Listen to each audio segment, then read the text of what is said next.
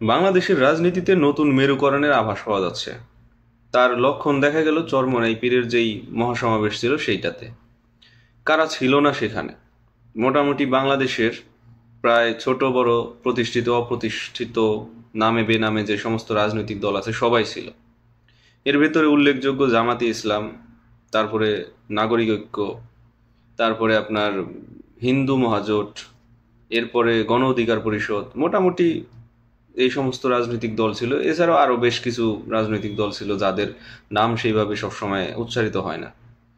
এখানে বিএনপি আমন্ত্রিত ছিল না। বিএনপিকে বাইরে রেখে এই অনুষ্ঠানটা বা এই সম্মেলনটা করা হয়েছে।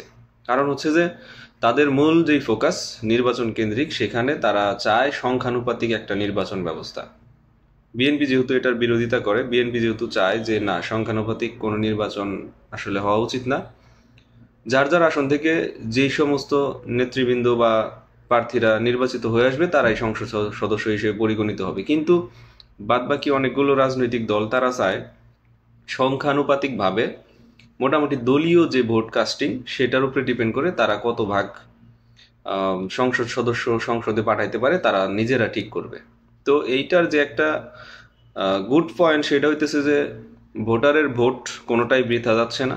যে যেখানে ভোট দিচ্ছে দিচ্ছে, তার নির্বাচিত প্রতিনিধি সংসদে যাচ্ছে, এটা একটা পজিটিভ সাইড। কিন্তু আরেকটা পজিটিভ মানে নেগেটিভ সাইড হচ্ছে যে আসলে জনগণের প্রত্যক্ষ ভোট তখন আর মানে খুব একটা ভ্যালিড হয় না।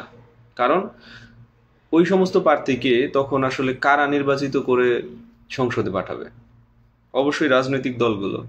যখন রাজনৈতিক দলগুলো কোনো প্রার্থীকে সংসদে পাঠাবে, তখন সেইটা আর জনগণের চয়েস থাকে না, তখন রাজনৈতিক দলের চয়েসে পরিণত হয়। সেই ক্ষেত্রে জনগণের প্রতিনিধিত্ব আসলে খুব একটা পরিলক্ষিত হয় না। কারণ এখানে পছন্দ করতেছে দল, রাজনৈতিক দল, তারা তাদের পছন্দ মতো ব্যক্তিকে তখন সংসদে পাঠাইতে পারতেছে। হয়তোবা সেটা দেশের জনগণের অনেকের কাছে অপছন্দ হইতে পারে, তার ভোটারদের, ওই দলের ভোটারদের কাছেও অপছন্দ হইতে পারে।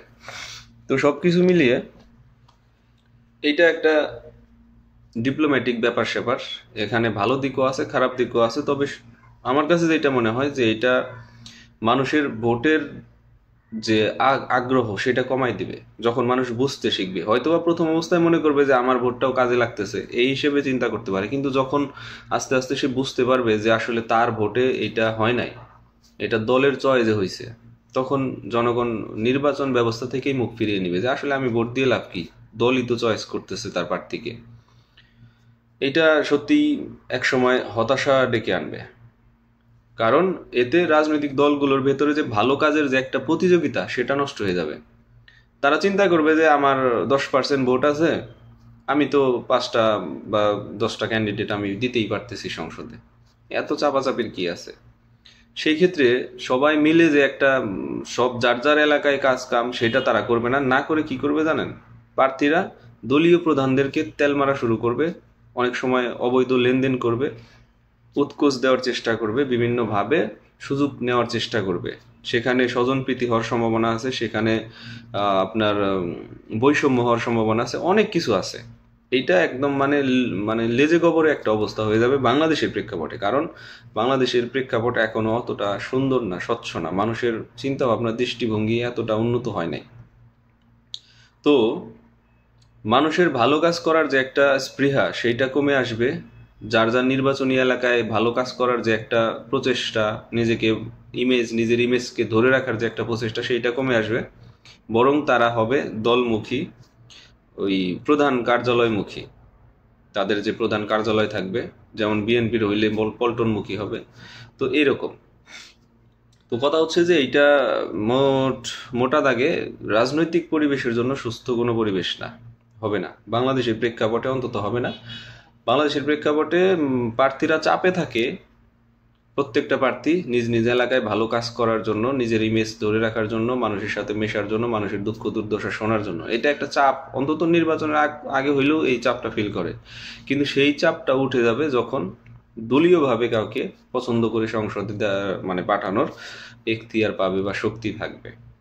তো এখন দেখা যাক যে বিএনপির বিএনপিকে বাইরে রেখে অনেকগুলো রাজনৈতিক দল মিলে এই সমাবেশটা করেছে এবং তারা একটা মেসেজ দিতে চাইছে সংস্কার কমিটির কাছে যে আমরা অনেক বড় একটা শক্তি চাচ্ছি, সংখ্যানুপাতিকভাবে নির্বাচন হোক। তো এখানে বিএনপি অনেকটা একা। তো তারপরেও দেখা যাক বিএনপি অনেক বড় একটা রাজনৈতিক দল, তাদের আসলে কতটা এই মুখোমুখি অবস্থানে নিজেদের টিকে রাখতে পারে। ভালো থাকেন সবাই।